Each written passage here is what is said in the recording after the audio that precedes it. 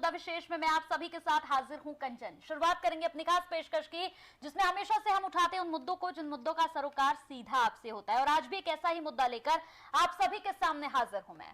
मुंबई में इंडिया गठबंधन के मंच से कल राहुल गांधी ने हिंदू धर्म की शक्ति को लेकर एक बयान दिया था। आज पीएम मोदी ने उस सनातन की आराध्य शक्ति से लेकर नारी शक्ति के अपमान से जोड़ते हुए कांग्रेस ही नहीं पूरे विपक्ष पर हमला बोला है। तेलंगाना से लेकर कर्नाटक तक की रैलियों में पीएम मोदी ने बार बार राहुल गांधी के शक्ति वाले बयान को इंडिया गठबंधन का घोषणा पत्र करार दे दिया। हालांकि राहुल गांधी समेत कांग्रेस पार्टी कभी ये सफाई देने में जुटी है कि उनके बयान में शक्ति का धार्मिक मतलब नहीं था।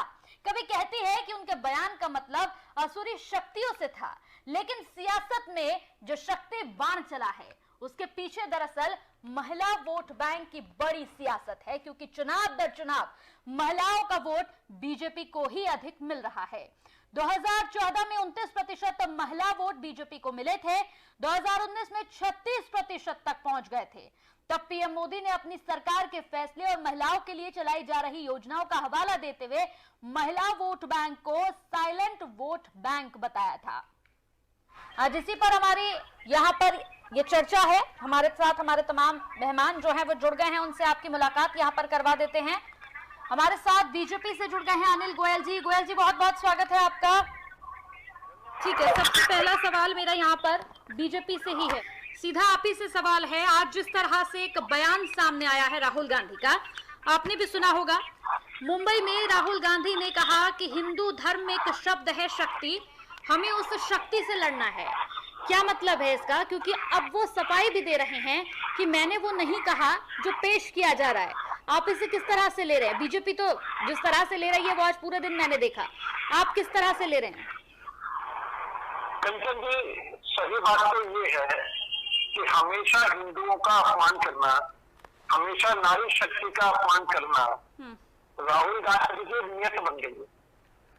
उसकी ये नियत बन गई है कि सिर्फ और सिर्फ वोट बैंक को, एक समुदाय के वोट बैंक को हासिल करने के लिए किस स्तर तक गिर सकते हैं वो स्तर सीधा पता है।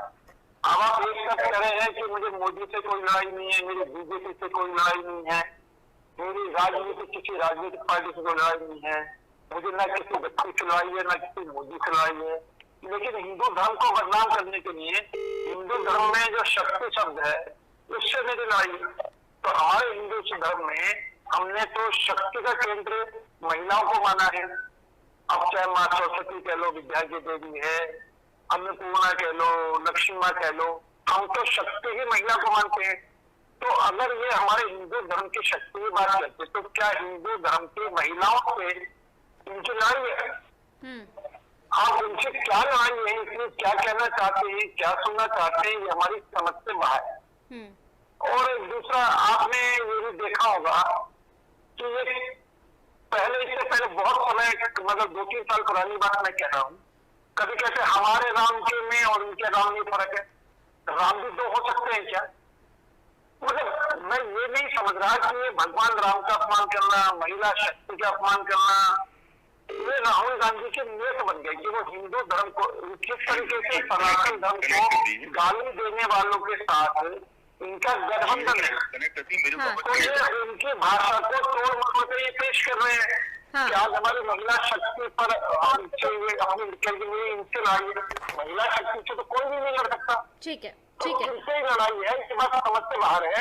और आज ये जितना बड़ा इन्होंने महिलाओं का अपमान करा है उसका तो इनको जवाब भी देना पड़ेगा, माफी मांगनी पड़ेगी। ठीक है, कभी भगवान राम से लड़ाई करने सफाई उन्होंने दी है, ऐसा नहीं है। देखिए गोयल जी, यहाँ पर बहुत सीधे से उन्होंने सफाई भी दी है, जिससे लेकर एक मुद्दा आप लोगों की ओर से बनाया जा रहा है, उस पर बाकायदा ट्वीट करके उन्होंने सफाई दी कि मेरा कहने का तात्पर्य आपको क्या है। जवाब उन्होंने कहा है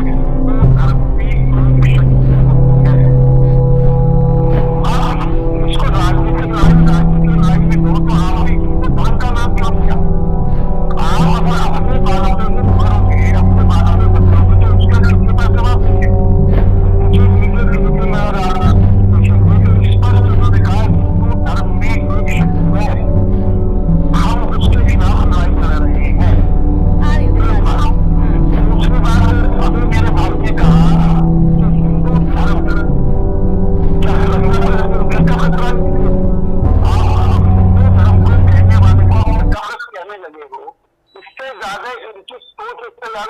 चाहते, इनका नेता तो हिंदू धर्म की शक्ति के खिलाफ लड़ना चाहते हैं, और ये हिंदू धर्म को जो है फिरकाप्रस्त पार्टी कहते हैं।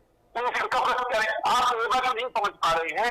आपकी लड़ाई बीजेपी से है, बीजेपी से लड़ाई लो, आपकी लड़ाई मोदी से लड़ाई लो, लेकिन आप हिंदू धर्म से लड़ाई क्यों लड़ रहे हो, हिंदुओं को गाली क्यों दे रहे हो? एक बात, अभी नारी शक्ति अभिनंदन का इन्होंने विषय कहा, उनकी दखल सरकार से क्यों नहीं लेकर आए? अरे हम कम से कम दिन लेके आए हैं, पास कराया है और लागू करा के दिखाएंगे।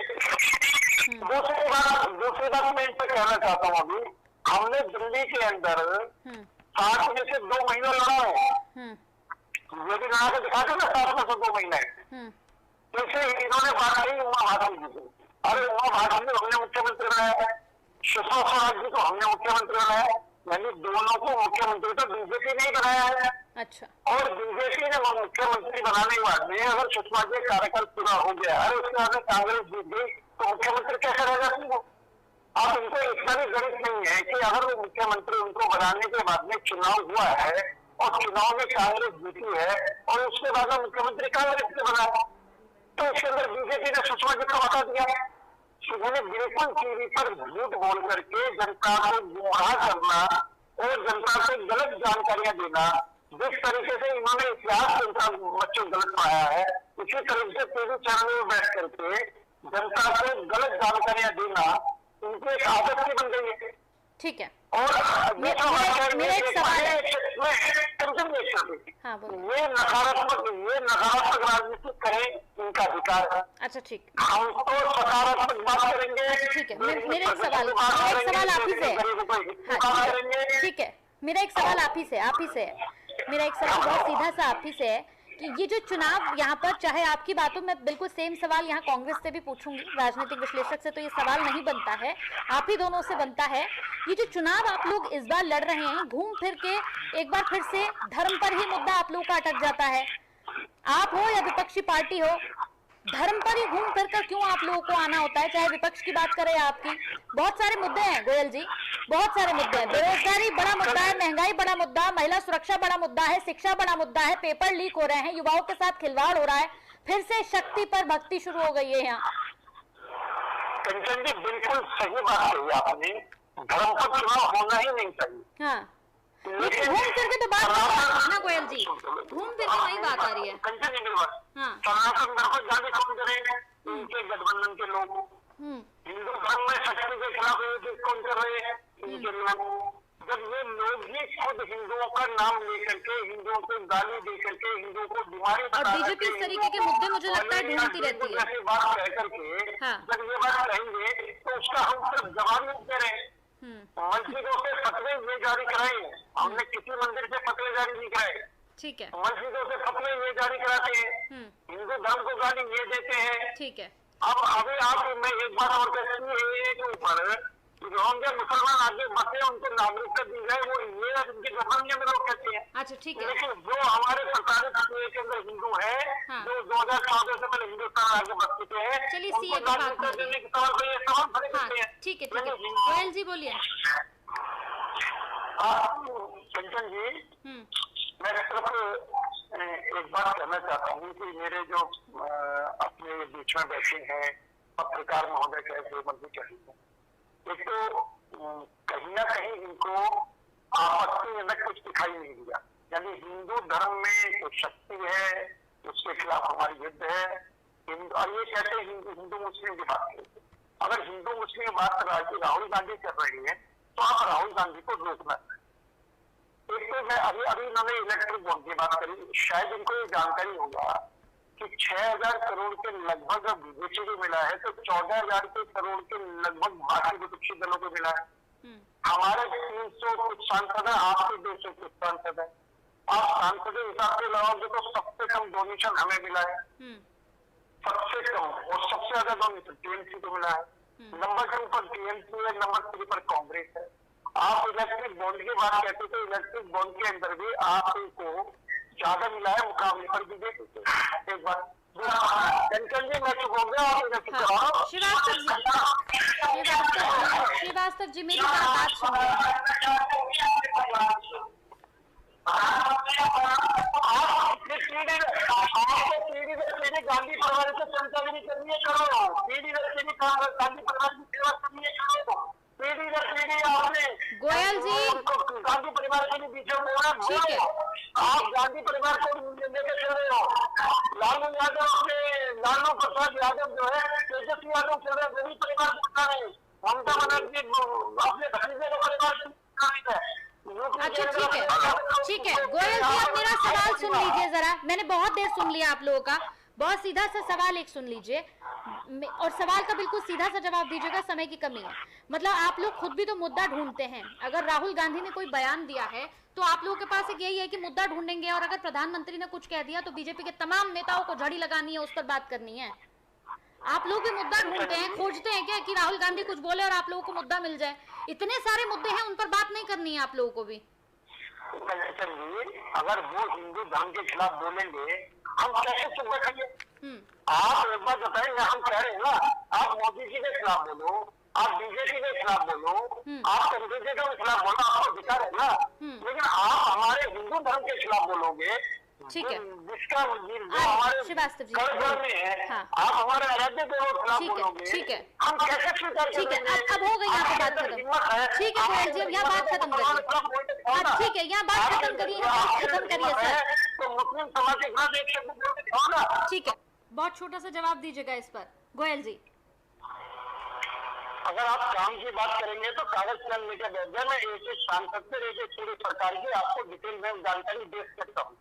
आप नितिन गडकरी जी हमारे बीजेपी के, निशिकांत दुबे जी हमारे बीजेपी के, ऐसा नहीं हमारे बीजेपी के, हमारे काम किया है उनका तो नाम ले ही रहे हैं। वो अपने अपने अपने क्षेत्र के अंदर काम करा है, और वो काम करेंगे वो आज से 50 साल में से काम नहीं हुए। आप किसी भी क्षेत्र के सांसद के बारे में बात करेंगे, जहाँ मैं रहता हूँ वहाँ के सांसद के बारे में तो मैं आपको पूरी लिस्ट बना देता हूँ। और आप हमारे